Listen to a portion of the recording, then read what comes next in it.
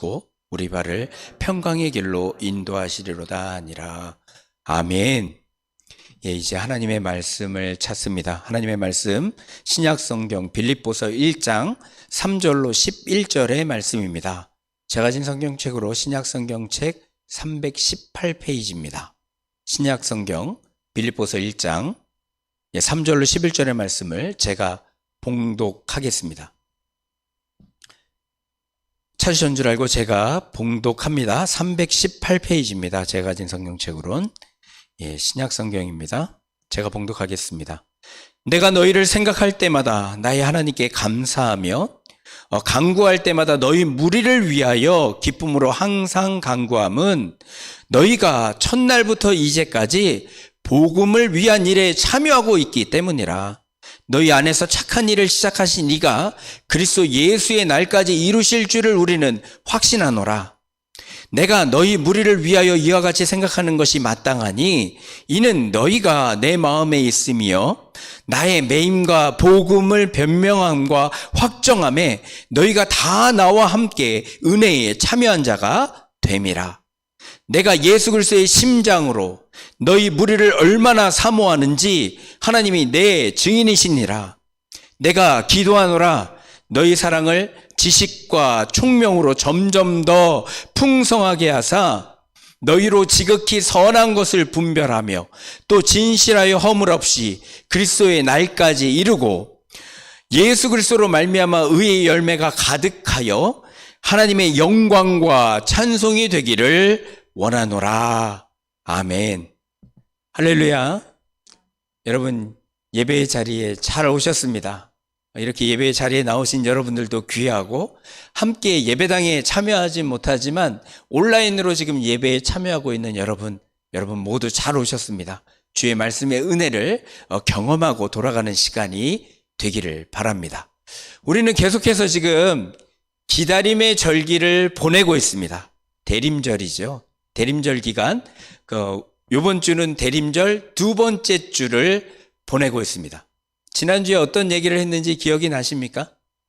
지난주에는 대림절 신앙을 갖자라는 얘기를 했습니다. 그것이 기독교인의 그 정체성, 기본을 정한다 이런 얘기를 했었어요. 기억나시죠? 이미 오신 주님, 그래서 구원을 이루어내시고 지금은 부활 승천하시어서 하늘에 오르사 하나님의 우편에 앉아 계시다가 마침내 다시 오실 주님을 기다리는 그 믿음이 있는가 없는가에 따라서 참된 그리스도인인가 아닌가가 결정된다는 얘기를 했던 것입니다. 여러분은 모두 참된 그리스도인인 줄로 믿습니다. 아멘입니까? 지금 다 주무시고 계시는 건 아니죠? 우리 주님은 이미 오셨지만 완전한 종말의 선치로 아직 오신 것이지 아니기 때문에 그래서 그리스도인들은 다시 오실 주님을 기다리며 사는 사람들이라고 얘기할 수 있는 것입니다. 우리는 주님 오시는 그날까지 기다림의 신앙을 가지고 살아야 되는 자들입니다. 그런데 그것이 쉬울 것이냐? 그렇지 않습니다. 참으로 어렵습니다.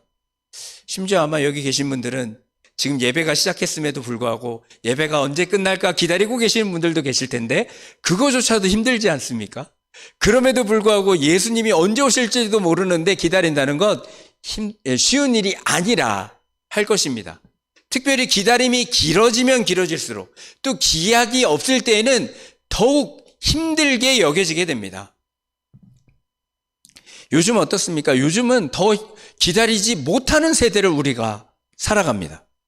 이전에는 어떤 물건을 산다, 전화로 주문을 하거나 이랬을 때 그 물건을 받는 데 있어서 적어도 한 달 정도 걸리겠지 이런 생각을 하면서 물건을 샀거든요. 근데 요즘은 어떻습니까? 한 주만 지나가도요, 왜 이렇게 늦게 오지 물건이? 요즘 아마존이 얼마나 잘 돼 있는지 아침에 주문하면 저녁에 오기도 해요. 그러고요. 또 여러분 지난주에 제가 얘기한 적이 있는데 편지 같은 경우 어떤가요? 요즘에 편지 쓰시는 분 계신가요? 우체국들이 다 망해 가더라고요. 이제는 그래서 우체국들이 택배 회사가 돼가고 있어요. 편지 쓰는 사람이 없으니까.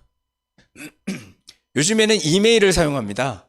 이메일을 보내고 또 그것을 바로 답장 받기를 원합니다. 요즘엔 이메일도 잘 안 쓰는 것 같아요. 메신저들을 사용하죠. 우리나라 사람들은 카카오톡 요거를 많이 쓰던데, 예, 그걸 사용할 때 어떻습니까? 누군가가 읽었나 안 읽었나가 확인되니까 보내놓고 이걸 읽었는가 안 읽었는가 계속 확인하게 돼요. 읽었는데 답장 안 하면 어때요?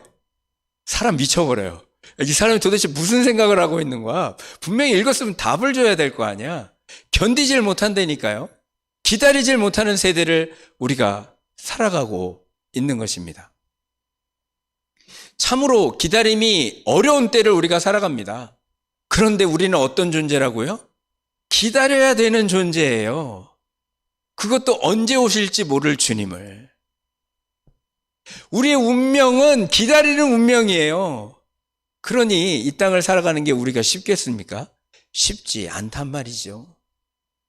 그래서 오늘 그 기다림의 자세를 좀 생각해 보려고 합니다. 특별히 주 예수의 강림을 기다리는 우리의 자세, 그것이 어떠해야 되는지 오늘 이 빌립보서의 말씀을 통해서 우리가 살피려고 합니다. 살피는 가운데 여러분 우리가 참 제대로 기다리고 있는가 한번 생각해 보셨으면 좋겠고, 앞으로 주님을 기다림에 있어서 우리의 자세는 어때야 될지도 한번 생각해 볼 수 있게 되기를 바랍니다.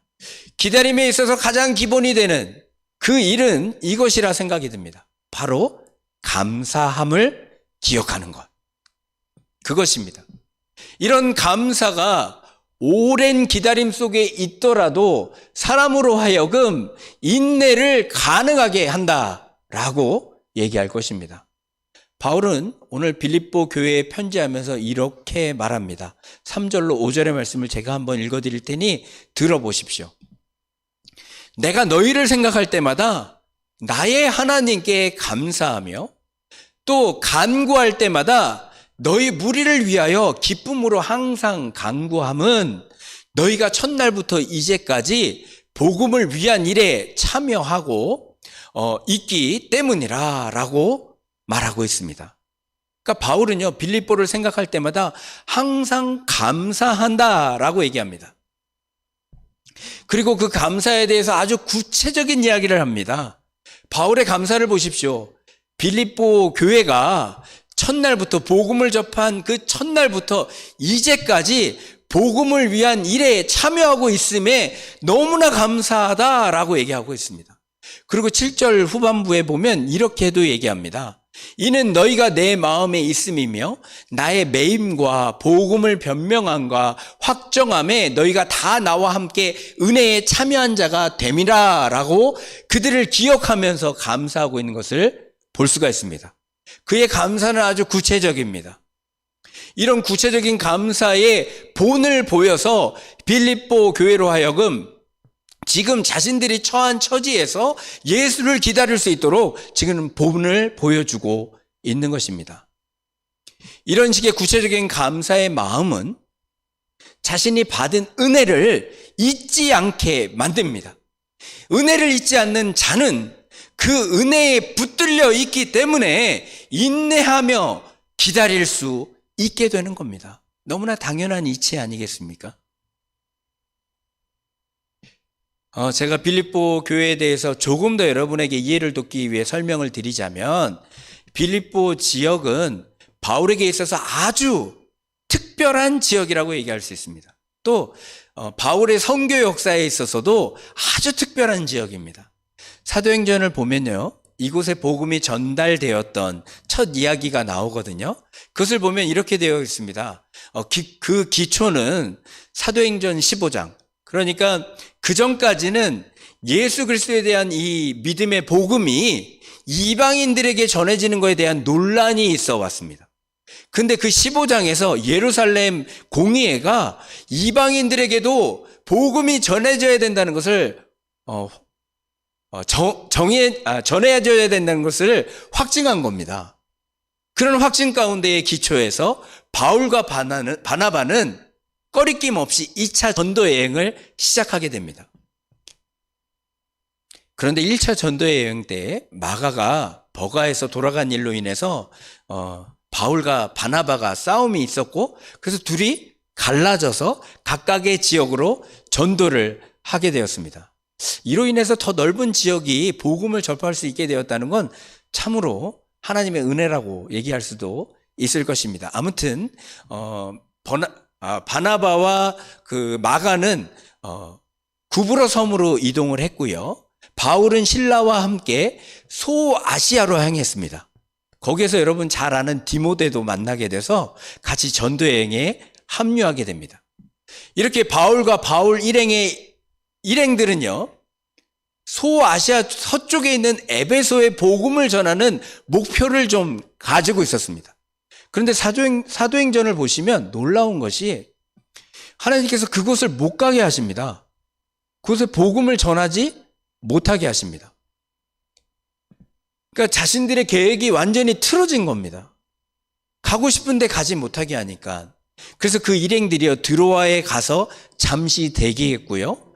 드로아에서 기다리는 가운데 바울이 환상을 경험합니다. 그 환상 속에서 마게도냐 한 사람이 나타나서는 얘기합니다. 마게도냐로 건너와서 우리를 도우라고.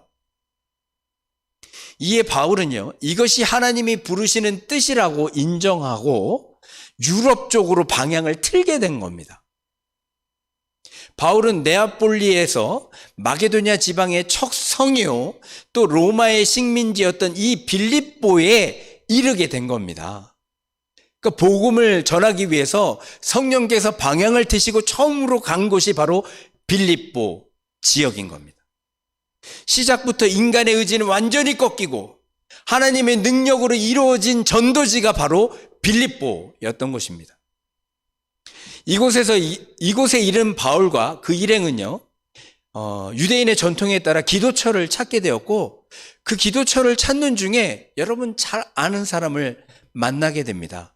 옥감장수 루디아. 아시죠? 많이 들어보셨죠? 이 루디아를 여기에서 만난 겁니다. 그녀에게 복음을 전했는데 그녀와 그녀의 가족이 복음을 받아들이고 세례를 받는 역사가 일어나면서 빌립보 교회가 시작된 겁니다. 그러다가 바울은요, 길을 가는 가운데 귀신 들린 소녀 한 명을 만나게 됩니다. 이 소녀는 귀신이 들려서 점을 쳤는데 그로 인해서 자기 주인에게 유익을 가져왔던 소녀였습니다. 바울은 그 소녀를 불쌍히 여겼고 그래서 그 귀신을 쫓아내 주었습니다. 어떻게 됐을까요? 당연히 주인이 고소했고요. 그래서 감옥에 갇히게 됐습니다. 복음을 전하는 데 있어서 이런 어려움이 도사렸는데 이것이 또 반전이 되어서 감옥의 간수가 예수를 믿는 역사가 일어나게 됩니다. 이렇게 감옥의 간수와 그 가족들, 그리고 루디아와 그 가족들, 이들이 모여서 처음으로 시작한 곳이 바로 빌립보 교회였습니다.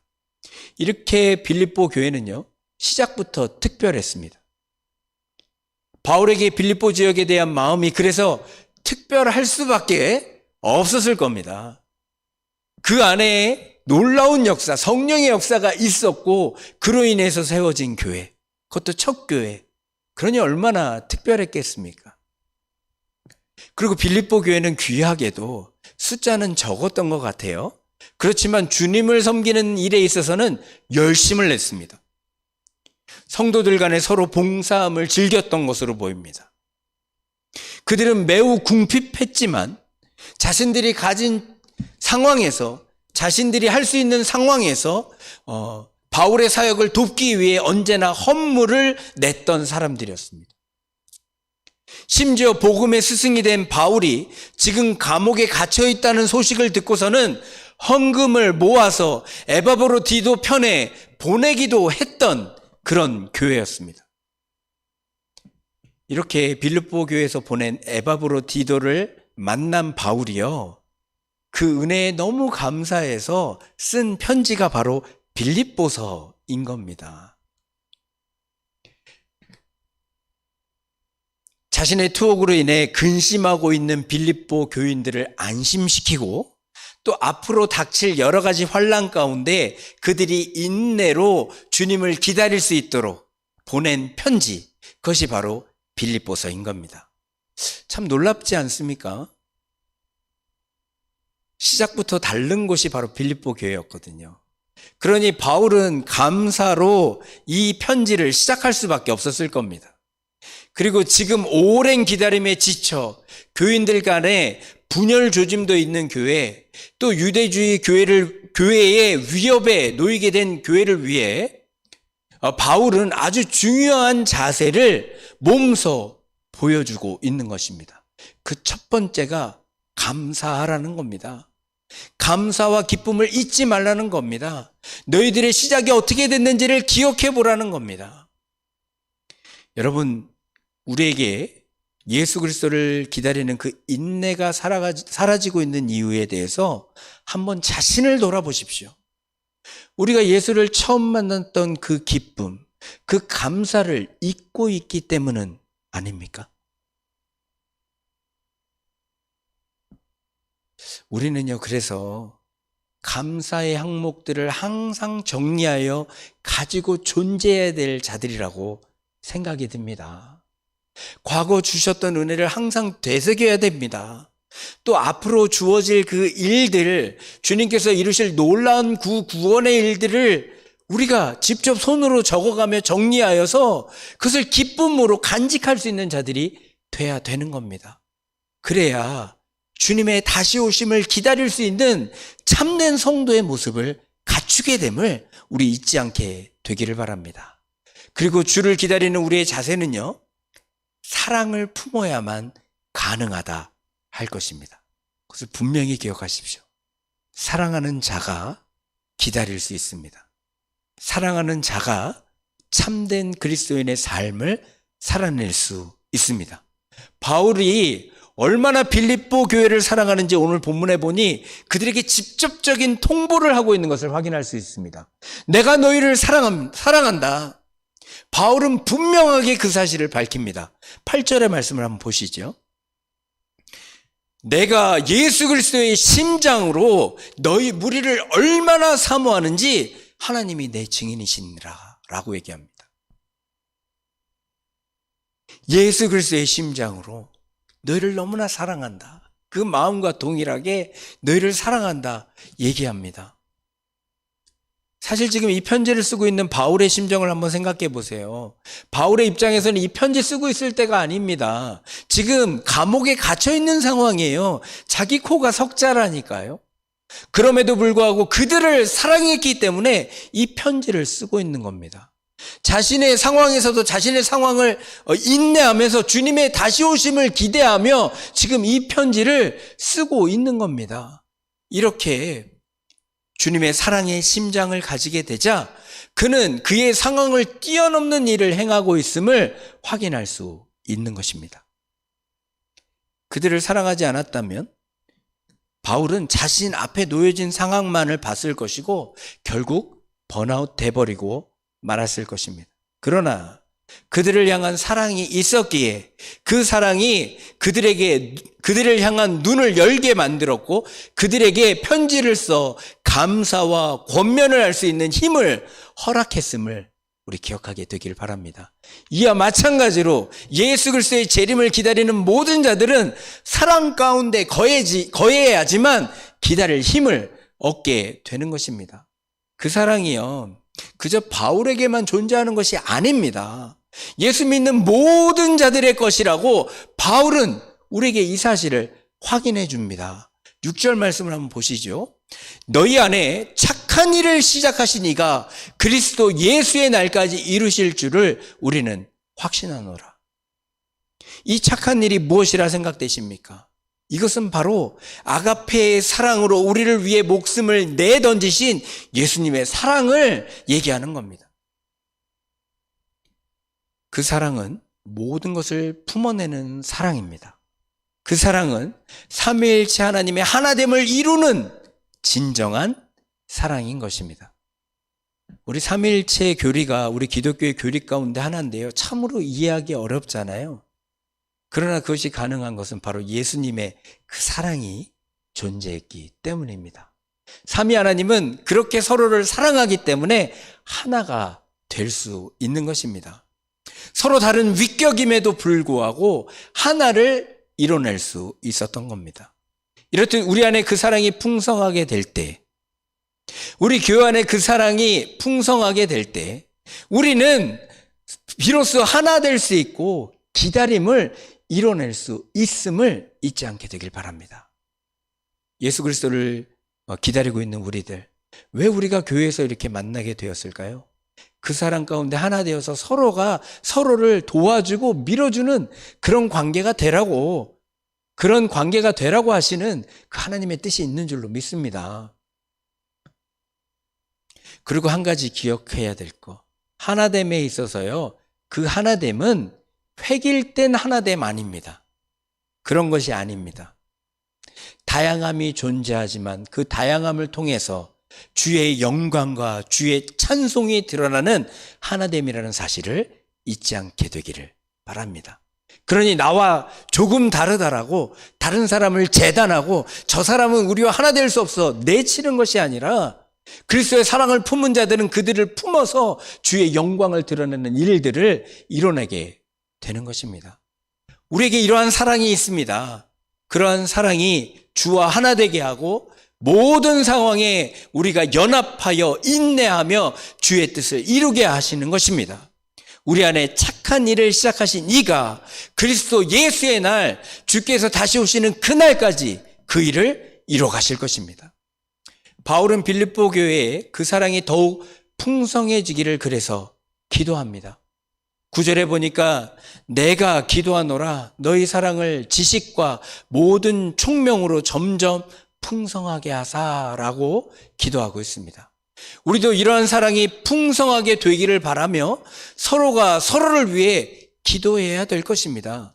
그럴 때에만 주님 오시는 그날까지 인내하며 우리가 기다릴 수 있게 되어지는 겁니다. 그럴 때에만 우리가 하나 되어서 주의 뜻을 이뤄가게 되는 공동체가 되는 것입니다. 솔직히 말씀드리자면 요즘 저에게 있어 우리 교회를 향한 마음이 많이 무너져 있는 것도 사실입니다. 교회를 떠나거나 함께 예배에 동참하지 아니하는 분들을 보면서 실망되어서 제 마음이 편치 못했던 것이 사실입니다. 얼마나 그런 모습 가운데 있으니 모든 일들이 피곤하기만 하던지요. 또 함께 일할 부교육자를 뽑는 일도요, 쉽지 않게 되면서 교회에서 이루어지는 일들이 저를 많이 답답하게 만들었습니다. 그냥 한마디로 얘기하자면 제가 번아웃 됐다라고 인정합니다. 제가 설교로는 그리스도인들은 번아웃 될 수 없습니다 이렇게 얘기했는데 제 스스로가 그렇게 되더군요. 제가 갈보리 교회 다니만 지 벌써 7년을 넘어 8년째에 접어들었습니다. 왜 7년이 지나서 1년간 그 안식년을 가시는지 그 이유도 충분히 저는 깨달았습니다. 정말 다 내려놓고 싶다는 그 심정을 여러 번 느꼈습니다. 처음에는 이유를 몰라서요. 왜 내가 이럴까? 그 이유를 모르고 내 자신이 좀 용서가 안 돼서 이런 생각도 했습니다. 그래, 내 나이가 이 정도 되니까 갱년기 왔구나. 그래서 왔다 갔다 하는구나. 이런 생각으로 좀 핑계를 좀 대보기도 했고요. 지금 코로나 시국이니까 이런 상황이 된 거야. 스스로 좀 핑계도 대보기도 했습니다. 그런데 정확한 이유는 그것이 아니었습니다. 다른 것 아닙니다. 제가 사랑이 부족한 따름이었습니다. 그래서 제가 이번에 이것을 더 절실히 깨닫고 얼마나 회개했는지 모릅니다. 사랑이 부족하니까요, 모든 것이 좋게 보이지 않아요. 심지어 하나님이 하셨던 일들, 그건 다 잊어버리고요. 하나님이 하시고 계시는 일들, 그걸 보지도 못했고요. 하나님이 하실 일에 대해서는 기대하지도 못했습니다. 사랑이 풍성하지 못하니까. 사실 지난 주간에 미주노예 목회자 세미나가 LA에서 있었잖아요. 정말 가기 싫었어요. 제 상황이 이러니까 아무것도 하기 싫었거든요. 근데 제가 또 노예 석이라서 어쩔 수 없이 참여했습니다. 근데 다녀와서는 제가 너무 잘 다녀왔다 생각이 듭니다. 거기 가서 그 사실을 아주 절실히 깨달았거든요. 얼마나 회개하며 기도했는지 모릅니다. 여러분, 우리는 사랑이 부족한 상태에 저도 마찬가지로 여러분들도 떨어질 수 있습니다. 그렇지만 그 상태를 알고 돌이킬 수 있다면 되는 겁니다. 그게 기독교 신앙의 묘미이고요. 저도 저의 부족한 사랑을 깨닫고 그 자리에서 얼마나 통곡하며 울었는지 모릅니다. 김성원 선교사님 기억나시죠? 저를 붙들고 얼마나 기도해 줬는지 몰라요. 얼마나 제가 울었는지 옆에서 이렇게 붙들고 기도해 주더라고요. 그리고 이제 헤어질 때 문자 줬더라고요. 목사님 위해서 기도하는 사람들이 있습니다. 여러분들 저를 위해 기도하고 계시죠? 기도해 주세요. 사랑하는 마음으로. 앞으로 제가 해야 될 일, 그래서 또 우리 교회가 해야 될 일이 사랑하는 마음으로 다시 한번 보니까 너무나 많더라고요. 그동안 제가 너무 손 놓고 있었더군요. 그래서 내년에는 저와 교회가 해야 될 일들을 하나씩 차근차근 밟아볼 계획입니다. 좀 멀었더라도요, 우리 성도님들도 사랑하는 마음으로 좀 동참해 주시기를 다시 한번 부탁드립니다. 요즘 제가 그래서 그런지 몰라도 우리 교우 여러분들의 얼굴을 볼 때마다 여러분들 가운데서 사랑이 빠져 있구나라는 걸 느껴요. 서로를 위해 좀 기도해 줬으면 좋겠습니다. 바울이 그러했던 것처럼. 그래야지 우리가 주님 다시 오시는 그날까지 기다릴 수 있는 거예요.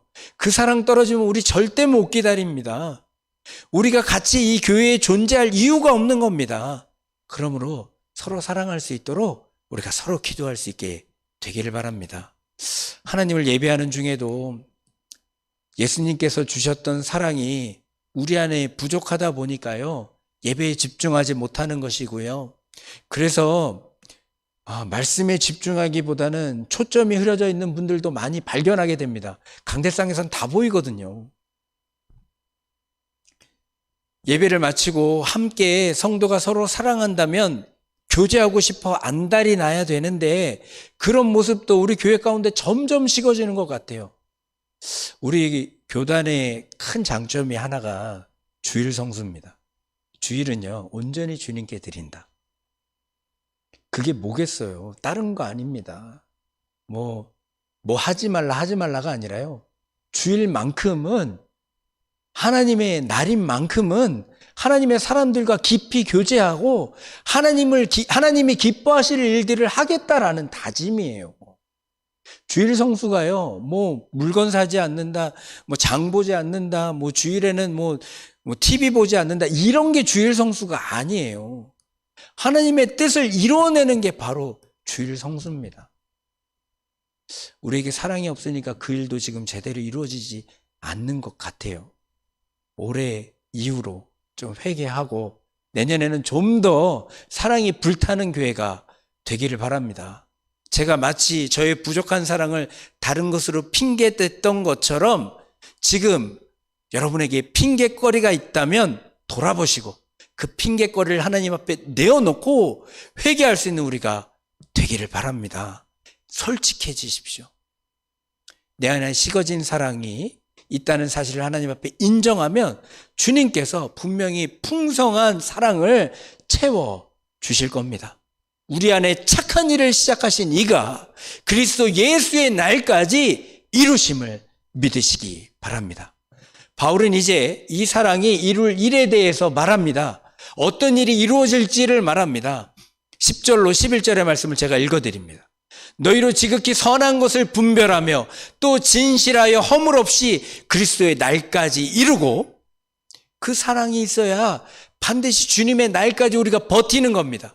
그리고 11절에 예수 그리스도로 말미암아 의의 열매가 가득하여 하나님의 영광과 찬송이 되기를 원하노라. 그 사랑이 지극히 선한 것을 분별하게 될 것이라고 바울은 기도로 알려줍니다. 그렇게 예수께서 시작하신 사랑에 우리가 사로잡히게 되면 우리는 참 선한 것을 분별하며 진실하여져서 주의 날을 기다릴 힘을 얻게 되는 겁니다. 나뿐만이 아니라 나를 바라보는 모든 사람들이 그 힘을 얻게 되는 겁니다. 그냥 그날을 기다리는 것이 아니라 예수 그리스도로 말미암아 의의 열매가 가득하여서 하나님의 영광과 찬송이 되는 그런 사람들로 거듭나게 되는 것입니다. 저는 바랍니다. 우리 교회 모든 분들이 바로 이러한 모습으로 주님의 오심을 기다릴 수 있게 되기를. 사랑하는 성도 여러분, 오늘 말씀은요, 바울이 오래전 2차 전도 여행할 때 세워졌던 빌립보 교인들을 위로하고 격려하기 위해 감옥에서 쓴 말씀입니다. 바울은 자신에게 호의를 베풀어 준 것에 대하여 감사의 마음을 전했고, 특별히 감옥에 갇힌 자신을 걱정하고 염려하는 빌립보 교인들을 안심시키고 격려하고자 이 편지를 썼습니다. 그러나 이 편지 안에 정말 귀한 신앙이 담겨 있음을 여러분 기억하십시오. 마지막 때를 기다리는 우리들에게 정말 귀한 가르침을 가르쳐주고 있습니다.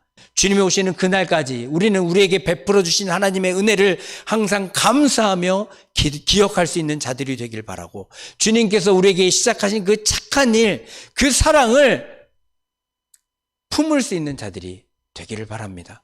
그러한 자들이 주님의 마지막 때를 기다릴 수 있을 줄 믿습니다. 우리 성도들은 다 그러한 모습으로 주의 다시 오심을 기다리며 그날에 정말 주님의 영광과 찬송으로 드러나게 되기를 주님의 이름으로 축원합니다. 제가 잠시 기도하겠습니다. 고맙고 은혜로우신 주 여호와 하나님, 우리의 연약함을 주님 앞에 고백드립니다. 주님의 다시 오실 날을 기대하며 기다려야 될 저희들이 그 소망도 다 잊어버린 채 살았음을 고백드립니다. 그 이유를 살펴보니 저희들이 감사를 잊어버렸습니다. 주님께서 우리에게 은혜를 베푸셔서 이렇게 믿음 가운데 살고 있는데 그 사실을 잊고 살았습니다. 또 하나님, 주님께서 주신 사랑도 다 놓아버리고 살았음을 주님 앞에 고백드립니다. 주께서 시작하신 착한 일을 저희들 외면하였습니다. 주님, 저희들의 어리석음을 용서해 주십시고 이제는 돌이키게 하시사 주님을 기다리는 사람들답게 살아갈 수 있도록 그 삶을 주장하여 주시옵소서.